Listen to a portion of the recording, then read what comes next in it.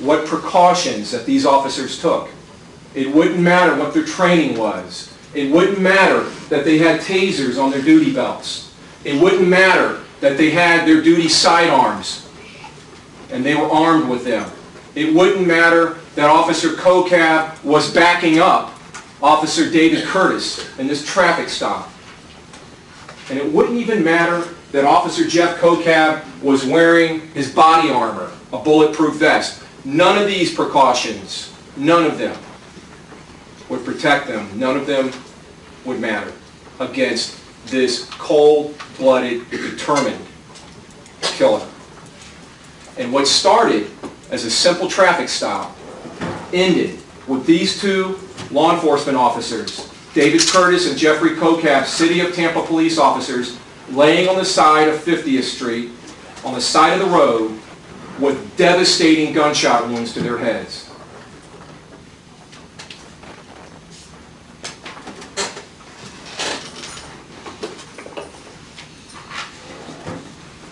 You will see evidence that first of all, this killer fled the scene. He fled this carnage that he left on 50th Street. These two officers laying there bleeding to death. And when he fled, the evidence will show, he thought that he had destroyed the two witnesses to this crime. And in fact, you're not going to hear from David Curtis and Jeff Kokab because they're gone. They're not going to come in here and testify.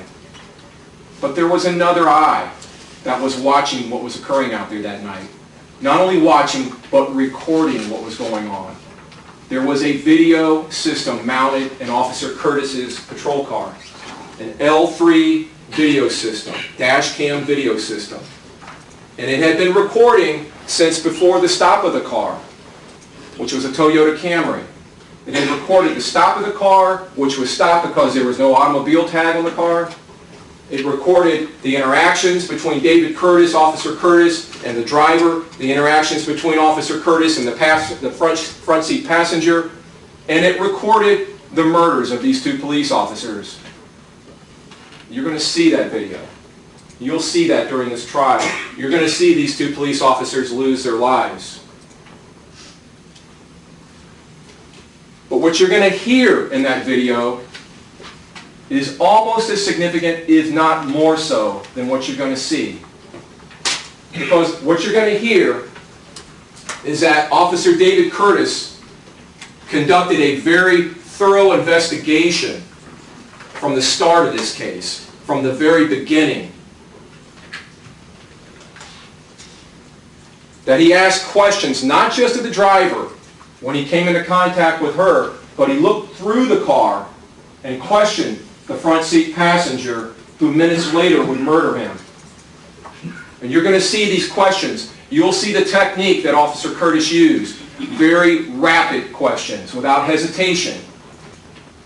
And what you're going to see is that the passenger responded in the same fashion, rapidly, without hesitation. Ms. Blevins, can you assist me, please?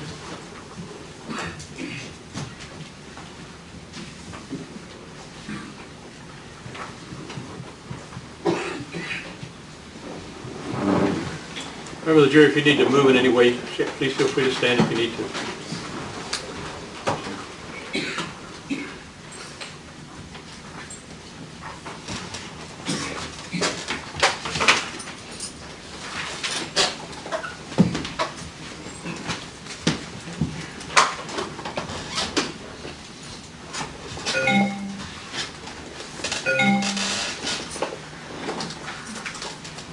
Mr. Harmon, is this audio or just video? Both, Your Honor. She'll need to be able to see it. Reporter. Yes, sir.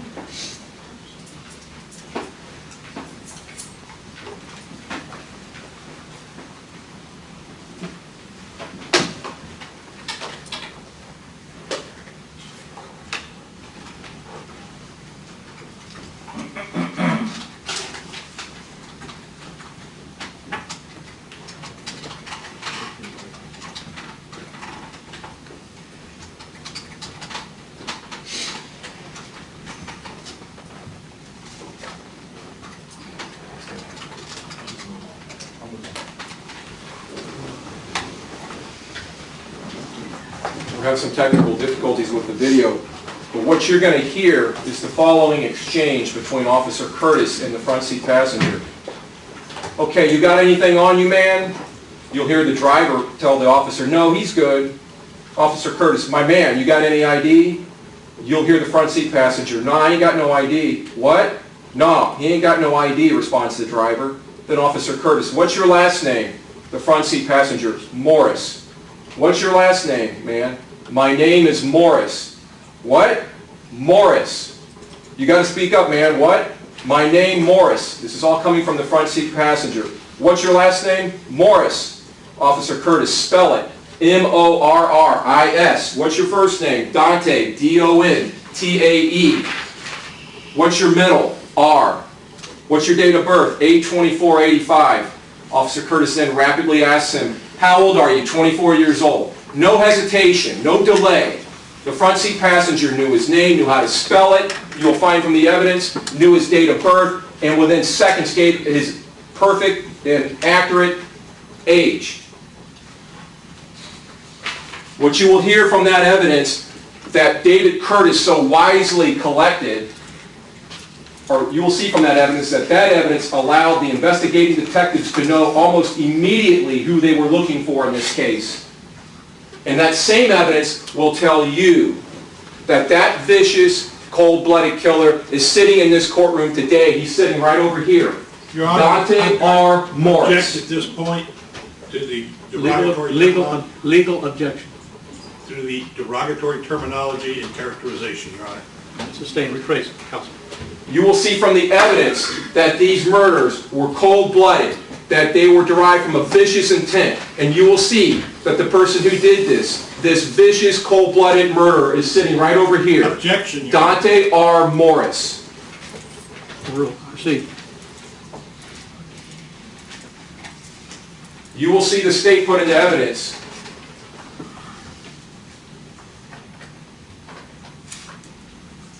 this defendant's birth certificate. That is his correct name. Dontae, D-O-N-T-A-E, Rashawn, middle initial R, Morris. Date of birth, August 24, 1985. That front seat passenger accurately identified himself.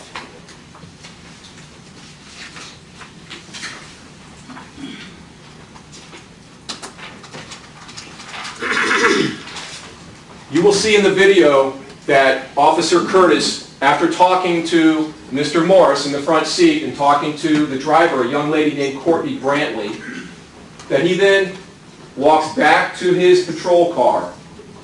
You will see in the video that while he's talking to Mr. Morris, that Officer Curtis appears to be writing on something that he puts back into his shirt pocket. Oh, I'm sorry, that he took out of his shirt pocket. When Officer Curtis goes back to his patrol car, he then, on an in-car computer system, runs the name, Dontae R. Morris, with a birth date of August 24th, 1985. And he comes up with Mr. Morris having a warrant. You will see in the video that Officer Curtis then exits his car.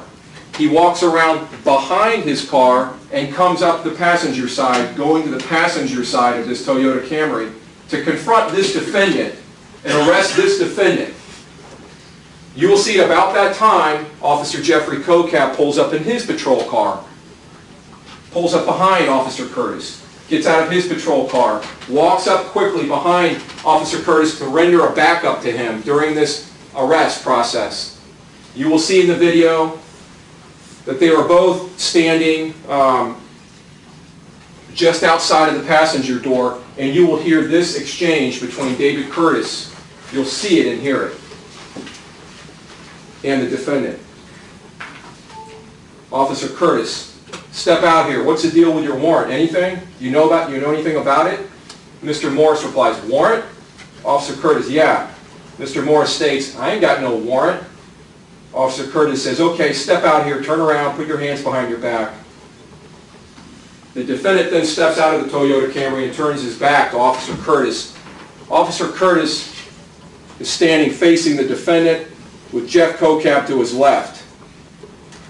The defendant, you will see, turn his back. His arm goes behind his back as if he's surrendering, as if he's giving up. And you'll see these officers, when he does that, move close to him. And it's at that moment, in almost a blink of an eye, a split second, that this defendant pulls a firearm, apparently almost out of nowhere, it appears in the video, comes up over his shoulder and shoots so quickly, shoots both of these officers in the head. He shoots them so quickly and so efficiently that you'll see in that video, it almost sounds like one shot going off. That's how rapid the firing is, how rapid this murder is and this shooting.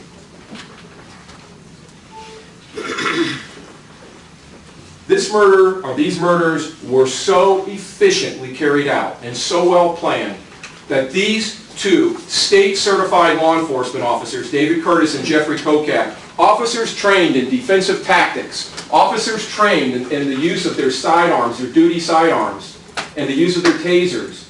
These officers were unable, because of the speed, because of the element of surprise used by this defendant, unable to evade, unable to duck, unable to produce their own firearms or tasers, unable to use any type of defensive tactic. In short, this defendant, the evidence will show, ambushed them. They were unable to do anything to defend themselves.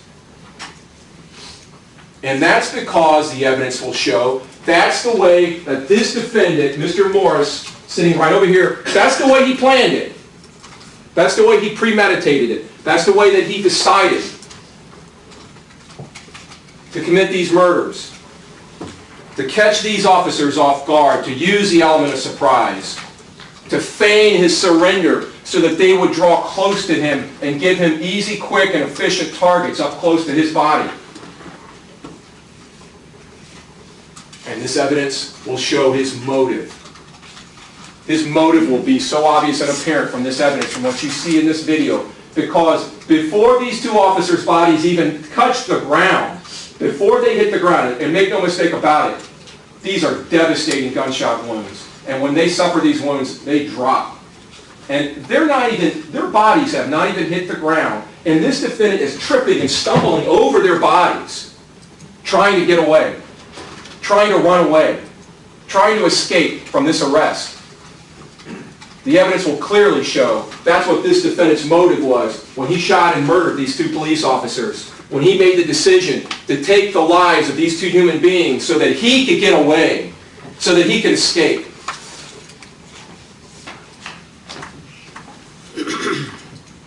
You will see in the video that some women who lived nearby came upon the bodies, came upon David Curtis and Jeffrey Kokak as they laid there. Several minutes later, they found them laying there. They called 911. They reported officers down. They're dying. They're bleeding. Send someone, and within minutes, their squad mates show up. Other TPD officers racing there to the scene. These officers get out of their cars. They find David Curtis laying on his back in the grass and dirt. They find Officer Jeff Kokak laying on his back with his upper back and his head laying on top of David Curtis's chest. They separate their bodies and they start to perform CPR compressions, trying to save them, trying in vain to save them. You will hear from a medical doctor who conducted the autopsies on these two officers' bodies, a forensic pathologist, an associate medical examiner. He will tell you that these gunshot wounds were not survivable. That as soon as the bullets entered their heads, these two officers' fates were sealed. They were going to die. There's no way to survive these devastating gunshot wounds. These officers continue with life-saving efforts, and at some point, within minutes of getting there, they go to Dave Curtis's car because they're thinking maybe he pulled up the person who did this on his computer. Maybe his L3 video system will show us something, give us some clue to what happened. What they find, first of all, they find this in the front seat of Dave Curtis's car, Officer Curtis's car.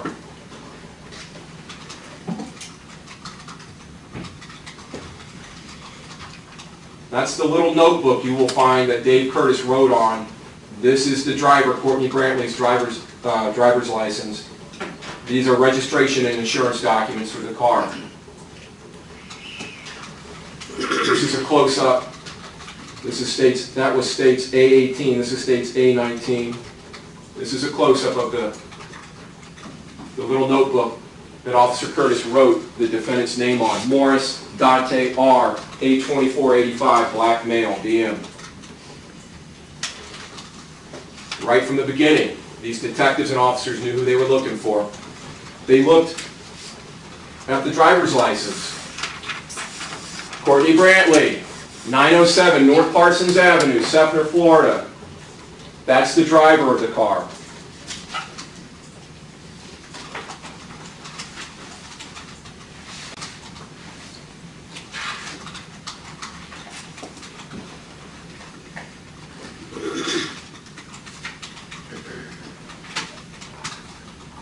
You can't see that very well, but that's the computer screen on Dave Curtis's in-car mounted computer.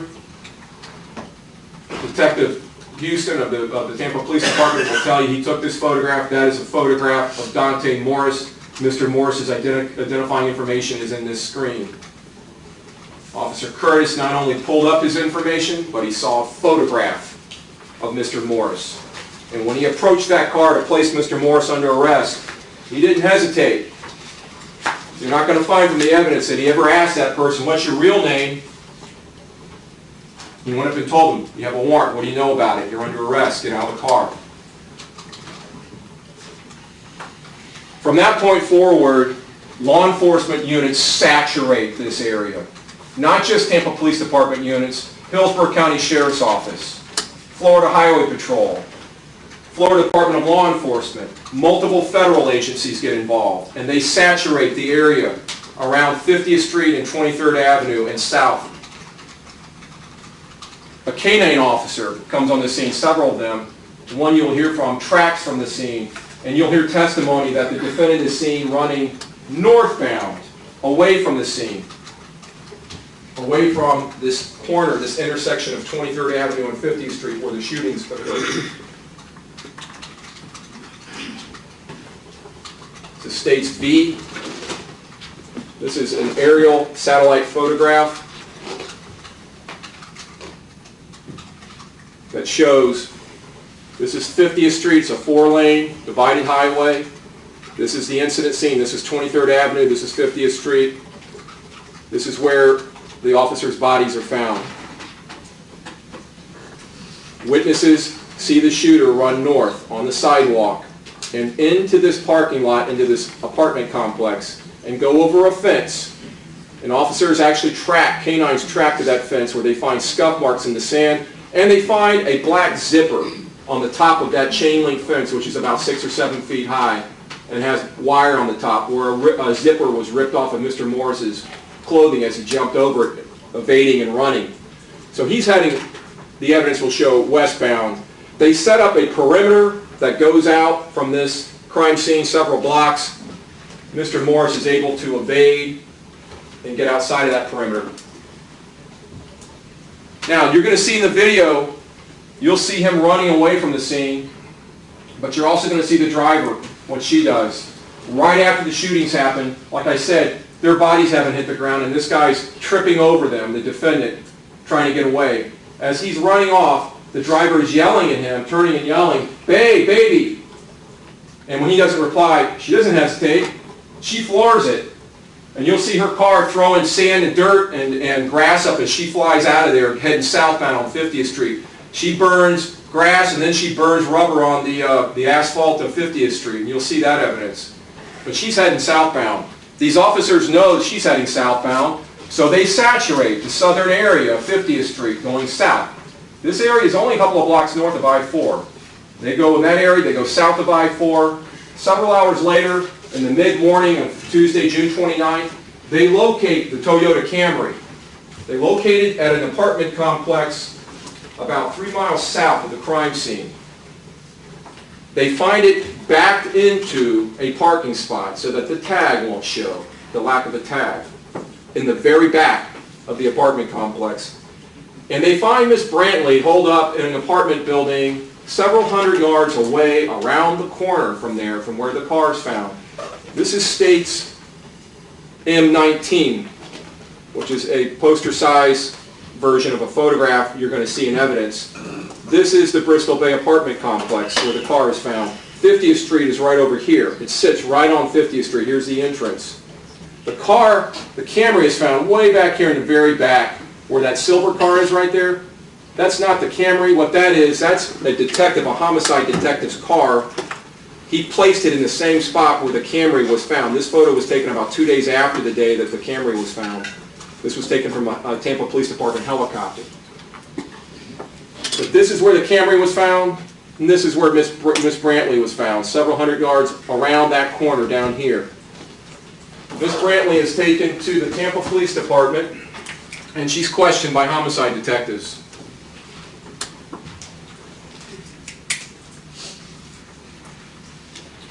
You will hear in the evidence that the day after this, on June 30th of 2010, a witness named Ashley Price came down to the Tampa Police Department. She came down there of her own accord, just out of the blue, and she told them, I have information about these murders. She was interviewed by homicide detectives, and she will come in here and testify during this trial. She will tell you that she had known this defendant, Mr. Morris, for several months. She had known him, and she had and at least on one occasion, had been intimate with him sexually. But he would call her and talk to her frequently.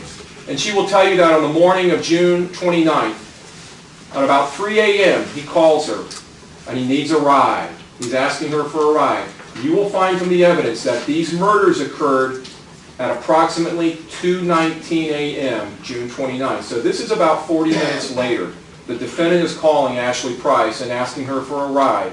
She declines and says, I'm not going to help you with that. But she doesn't know anything about the murders at that point. It's not till later that morning, after the sun's come up, that she discovers the murders. When the defendant calls her again, she'll tell you. This time he tells her, have you seen the news? Turn on the news. She turns on the news, and by that point, there's news reports about the police officer's homicide. She sees the two police officers, the reports of their death. The defendant tells her, I did it. I shot him. He tells her that he was a passenger in a car that was pulled over, that there were two police officers, that they went to run his name. He was afraid he had a warrant, so he shot both those crackers in the head, is what she will tell you he told her. He told her there were two of them, they were white, which they were, and he shot them in the head, which is exactly what happened. He told her that he pulled the gun out from underneath the seat that he was sitting in, which you will see from the evidence. When Mr. Morris is feigning his surrender and giving his hand, he kind of looks to the left and dips, and then comes up with that gun in his right hand. She tells the investigating detectives, she will tell you that the defendant told her he was going to flee the state, but he might go to Jacksonville first. Now, you're going to hear from the evidence that a massive manhunt ensued after these two murders.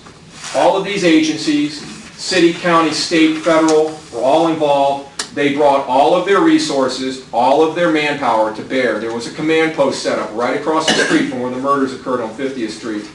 They were seeking out Mr. Morris, trying to locate him. They were running down leads. Anybody called in, said they'd seen him anywhere, they'd run there. And you're going to hear that for 4 days, this defendant evaded this dragnet. For 4 days, he eluded law enforcement. This happened early Tuesday, June 29th, all day Tuesday, Wednesday, Thursday, until the evening of Friday, July 2nd, when this defendant was arrested.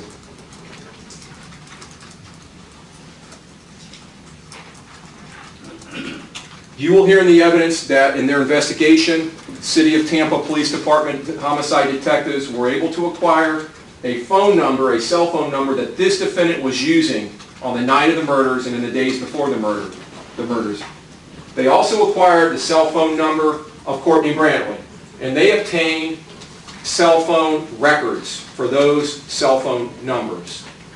You will see what are called cell toll records. What those records will show you is all calls being made and all calls being received. When they're made, the date, the time, the duration of the calls. And on those records, you will see the cell towers that are being utilized by the defendant's cell phone when he makes these phone calls. What you're going to see is in the minutes before the murder and the murders, and in the minutes after the murders, that this defendant's cell phone is utilizing cell phone towers all around the crime scene, to the east, to the west, to the south of the crime scene, within a short distance of the crime scene, right there, centralized right around 23rd and 50th Street, and going out into a very short distance out from there. He's utilizing cell phone towers in the minutes before the murders and the minutes after the murders. You will see in the video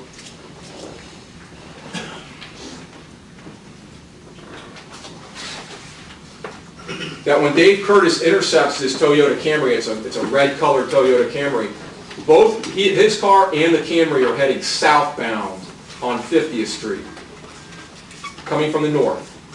You will see, as I said, that the murder occurred around 2:19 a.m. The traffic stop occurred around 2:12, 2:13 a.m. You will see in the phone records, and I'm going to show you again, states V, that way up 50th Street, way up above this, what's shown on this diagram, way up north of there, at about 2:03 a.m., the defendant's cell phone is hitting off of a cell tower a couple miles north of there, consistent with travel from the north to the south, and then banging off these cell towers right around the time of the murder, within minutes before and within minutes after. The detectives also obtained, through these cell phone numbers, cell phone text records, text message records. And again, these records will show you the date of the text messages, the time of the text message, and what number, and of course the toll records will show you the same thing, what number is being called and what number they're receiving phone calls from. In the text messages, you will see the number that Mr. Morris was receiving text from and where he was sending text to. And what you're going to see in the evidence is that right after the murders,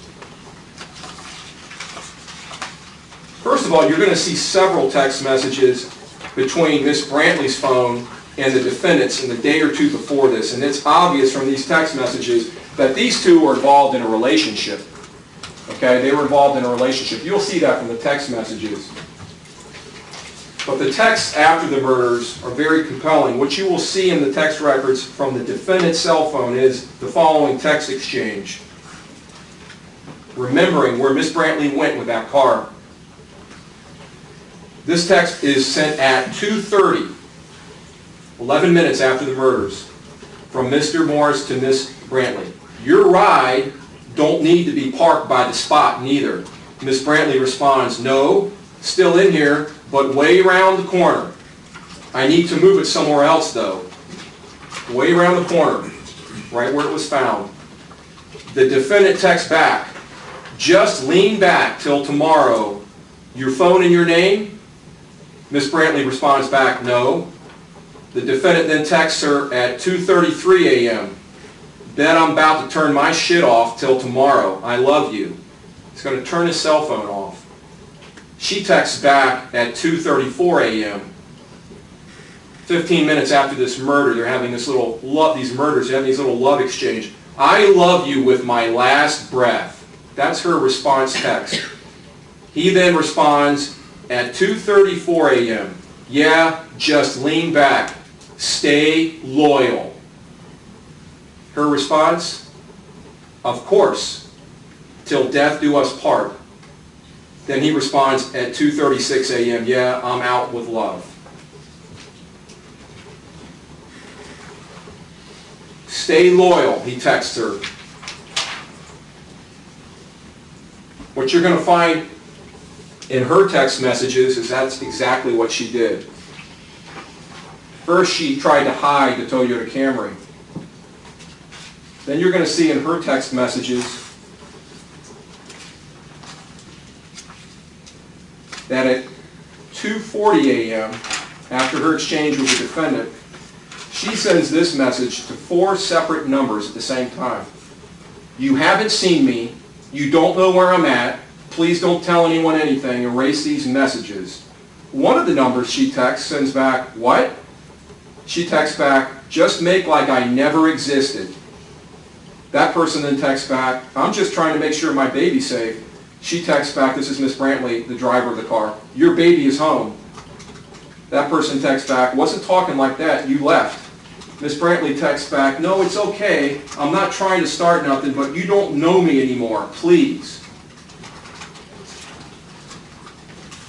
So she stays loyal, but her loyalty, you will find from the evidence, doesn't end there. Because, as I told you earlier, when she's located, they take her to the Tampa Police Department and they interview her for almost 7 hours. She is interviewed by homicide detectives, one of which has worked for the Tampa Police Department, you will hear, for 30 years, the other for over 20 years. She is asked over and over and over, who was the passenger in your car? She's asked, the evidence will show, over 100 times she's asked that question. She never gives them a response.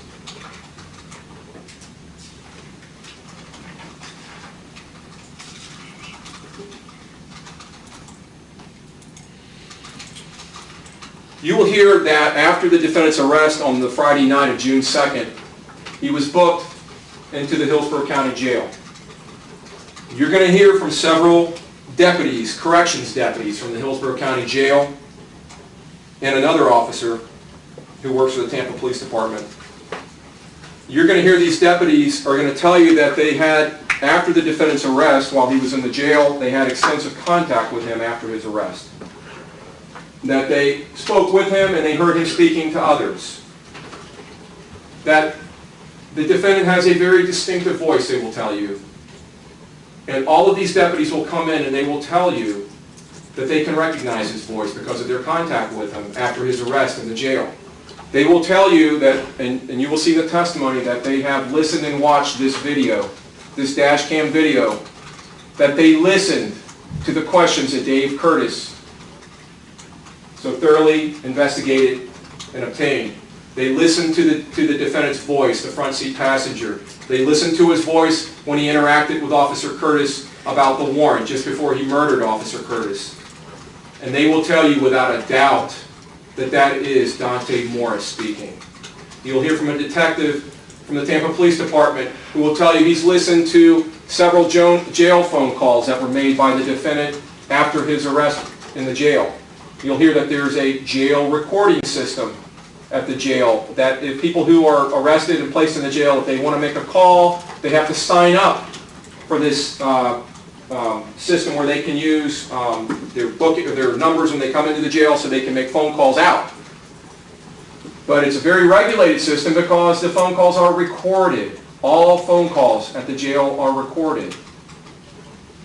And you're going to hear an enrollment that the defendant did after his arrest at the jail, that people who are arrested and go to the jail, they have to enroll into this system to be able to use the phone system. And they are prompted by an electronic voice to say certain phrases, multiple phrases, all different. You'll hear the defendant's voice reciting all these phrases over and over, and you will hear the distinctive nature of his voice. But you will hear from a detective from the Tampa Police Department that after enrolling, the defendant made several phone calls from the jail, and he listened to those phone calls. He also watched and listened to what are called video visitations. At the Hillsborough County Jail, you will find visitations occur by a video system, with the visitor being in one room and the person who's in the jail being in the other room, and they watch each other over a video system, kind of like Skyping, but inside the building. And they hear each other through an audio, and all that's recorded. This detective will tell you that he watched numerous visitations. And the visitations, when he was watching them, he could see the defendant's face on the one side of the screen and the visitor on the other side of the screen. And he will tell you that he also became familiar with the defendant's voice through watching these video visitations and listening to these recorded jail phone calls. And he will tell you that, without a doubt, the voice he hears from the passenger in the dash cam video is the defendant, Dontae Morris. You're going to hear from another corrections or jail deputy from the Hillsborough County Jail. He's going to tell you that after the defendant was arrested and taken to the jail, that at some point he came into contact with the defendant who was in his cell, and he was observing the defendant, and he heard the defendant and saw the defendant make this statement: "I repent for killing."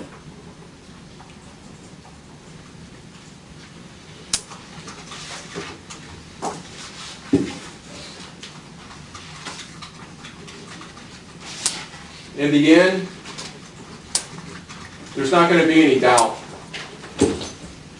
that the man who was sitting in that passenger seat in that Camry, the man who decided, who premeditated to murder these two police officers so that he could run away, the man who decided to take the lives of these two fellow human beings so that he could escape, the man who used the element of surprise and drew these officers in close to him by feigning that he was giving up, the man who so brutally murdered these officers is this defendant sitting over here, Dontae Morris. And there's not going to be any doubt that he executed Officer David Curtis and Officer Jeff Kokab. And it's going to be crystal clear in your minds, all of your minds, at the end of this trial, that this man sitting here, Dontae R. Morris, born on 8/24/85, is a vicious, cold-blooded murderer.